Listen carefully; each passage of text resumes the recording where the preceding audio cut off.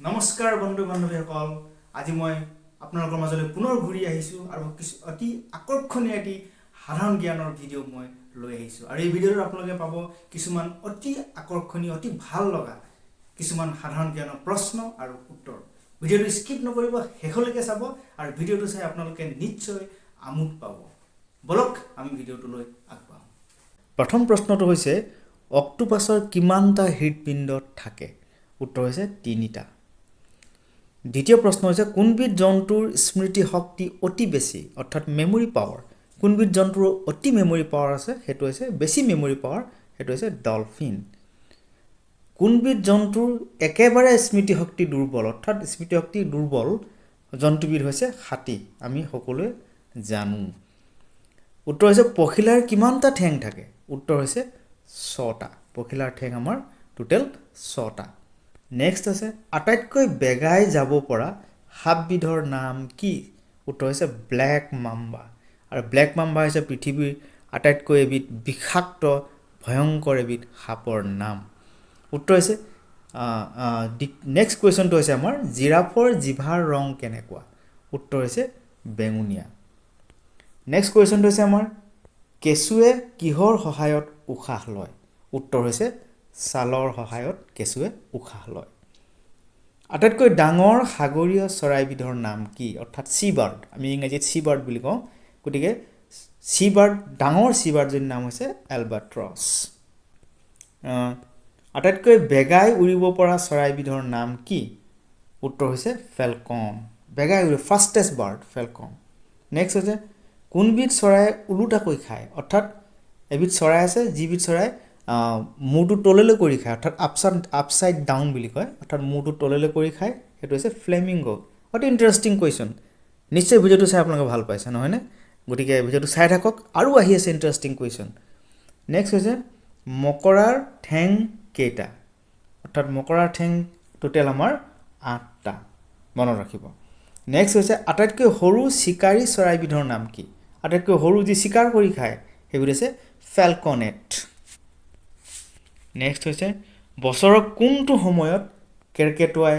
বাহ সাজে উত্তৰটো হৈছে গ্ৰীষ্মকালত আমি সামাৰ সিজনত কেৰকেটুৱাই বাহ সাজে আটাইতকৈ বেছি বেগাই সাঁতুৰিব পৰা চৰাইবিধৰ নাম কি উত্তৰ হৈছে পেঙ্গুইন নেক্সট আহিছে আমাৰ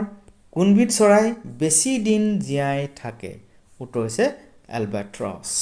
নেক্সট কুৱেশ্যনটো হৈছে অক্টোপাছৰ তেজৰ ৰং কেনেকুৱা ইন্টাৰেষ্টিং কুৱেশ্যন অক্টোপাছৰ তেজৰ ৰং কেনেকুৱা উত্তৰ হৈছে নীলা নেক্সট কোনবিধ মাছে গোটেই গাটোৱে সোৱাদ ল'ব পাৰে উত্তৰ হৈছে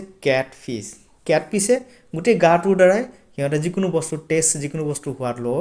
পাৰে নেক্সট কুৱেশ্যন কোনবিধ জন্তুৱে অকল বগা ৰংহে দেখা পায় অকল বগা ৰংহে দেখে হেতু হৈছে বাঘে অকল বগা ৰংটোহে দেখে অতি সুন্দৰ প্ৰশ্ন আকৰ্ষণীয় প্ৰশ্ন ভিডিঅ'টো চাই থাকক আৰু যদি ভিডিঅ'টো ভাল পাইছে আশা কৰিছোঁ নিশ্চয় ভাল পাব আপোনালোকে গতিকে যদি ভাল পাইছে তেনেহ'লে ভিডিঅ'টো মোৰ চেনেলটো ছাবস্ক্ৰাইব কৰিব ভিডিঅ'টো লাইক কৰিব শ্বেয়াৰ কৰিব আৰু বেল আইকনটো দবাবলৈ নাপাহৰিব আৰু আকৰ্ষণীয় প্ৰশ্ন আহি আছে ভিডিঅ'টো চাই থাকক স্কিপ নকৰিব নেক্সট আহি আছে কোনবিধ সাপে বাহ সাজিব পাৰে এইটো হৈছে ৰজা ফেটি অৰ্থাৎ যাক আমি কিং কোব্ৰা বুলি কওঁ নেক্সট আছে কোনবিধ জন্তুৰ পেটত দাঁত থাকে উত্তৰ হৈছে লবষ্টাৰৰ পেটত দাঁত থাকে অতি ইন্টাৰেষ্টিং কুৱেশ্যন নেক্সট আহিছে আমাৰ কোনবিধ জন্তুৱে ছালেৰে উশাহ লয় অৰ্থাৎ স্কিনে কোনবিধ জন্তুৱে ছালেৰে উশাহ লয় সেইটো হৈছে ভেকুলি নেক্সট আৰু এটা ইন্টাৰেষ্টিং কুৱেশ্যন জোকৰ কিমানটা মগজু থাকে ব্ৰেইন উত্তৰ হৈছে 32টা অৰ্থাৎ 32টা জোকৰ ব্ৰেইন থাকে নেক্সট হৈছে আমাৰ একমাত্ৰ চৰাই যি কেৱল নীলা ৰংটোহে দেখে উত্তৰ হৈছে ফেঁচাই মাত্ৰ নীলা ৰংটোহে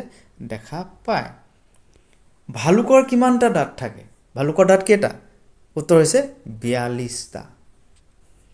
উট পক্ষীৰ কিমানটা পাকস্থলী থাকে সুন্দৰ প্ৰশ্ন ইন্টাৰেষ্টিং কুৱেশ্যন উত্তৰ হৈছে 3টা নেক্সট ইন্টাৰেষ্টিং কুৱেশ্যন হৈছে আমাৰ জিৰাফৰ বয়স কেনেকৈ নিৰ্ধাৰণ কৰা হয় উত্তৰ হৈছে এটা জিৰাফৰ বয়স কিমান জিৰাফটো কিমান বছৰ হৈছে কিমান বয়স হৈছে কেনেকৈ চোৱা যায় গাৰ দাগৰ ৰঙৰ ওপৰত ইয়াৰ বয়সটো নিৰ্ধাৰণ কৰা হয় 27 নম্বৰ প্ৰশ্নটো হৈছে একেই ষ্টাইল সিংহৰ বয়স কেনেকৈ নিৰ্ধাৰণ কৰা হয় অৰ্থাৎ এটা সিংহৰ বয়স আমি কিমান হৈছে কিমান বছৰ হৈছে তাৰ নাকৰ ৰঙৰ ওপৰত তাৰ বয়সটো নিৰ্ধাৰণ কৰা হয় পিছলৈ উৰিব পৰা চৰাইবিধৰ নাম কি পিছলৈ উৰিব পৰা চৰাইবিধৰ নাম হৈছে আমাৰ হামিং বাৰ্ড হৈছে একমাত্ৰ চৰাই যি নেকি পিছলৈ উৰিব পাৰে উত্তৰ হৈছে নেক্সট কোৱেশ্চনটো হৈছে আমাৰ আটাইতকৈ ডাঙৰ মগজু থকা জন্তুবিধৰ নাম কি লাৰ্জেষ্ট ব্ৰেইন যেটো হৈছে স্পাৰ্ম হোৱেল মানে হৈছে তিমি মাছ আমি সকলোৱে জানো গতিকে তিমি মাছৰ এটা প্ৰজাতিৰ নাম আৰু হেতু হৈছে স্পাৰ্ম হোৱেল নেক্সট হৈছে একেবাৰে শেষৰ আটাইতকৈ আকৰ্ষণীয় প্ৰশ্নটো হৈছে যেটো মই আপোনালোকক কৈ আহিছো বাৰম্বাৰে যে ভিডিওটো চাই থাকক স্কিপ নকৰিব শেষৰ প্ৰশ্নটো হৈছে একমাত্ৰ জন্তু যি মতাটোৱে পোৱালি জন্ম দিয়ে অৰ্থাৎ মতাটোহে পোৱালি জন্ম দিয়াৰ ক্ষমতা আছে মতাটো কি হয় প্ৰেগনেন্ট হয় তাৰছত পোৱালি জন্ম দিয়ে হেতু হৈছে সাগৰীয় ঘোঁৰা অৰ্থাৎ জল অশ্ব যাক আমি ইংৰাজীত সি হৰ্স বুলি কওঁ প্ৰশ্নটো ইন্টাৰেষ্টিং নহয় নে বাৰু গতিকে ভিডিওটো চোৱাৰ বাবে সকলোকে ধন্যবাদ দিছো পুনৰ মই এনেকুৱা ধৰণৰ আকৰ্ষণীয় ভিডিও আপোনালোকৰ মাজলৈ লৈ আহিম গতিকে ভিডিওটো চোৱাৰ বাবে সকলোকে ধন্যবাদ জ্ঞাপন কৰিম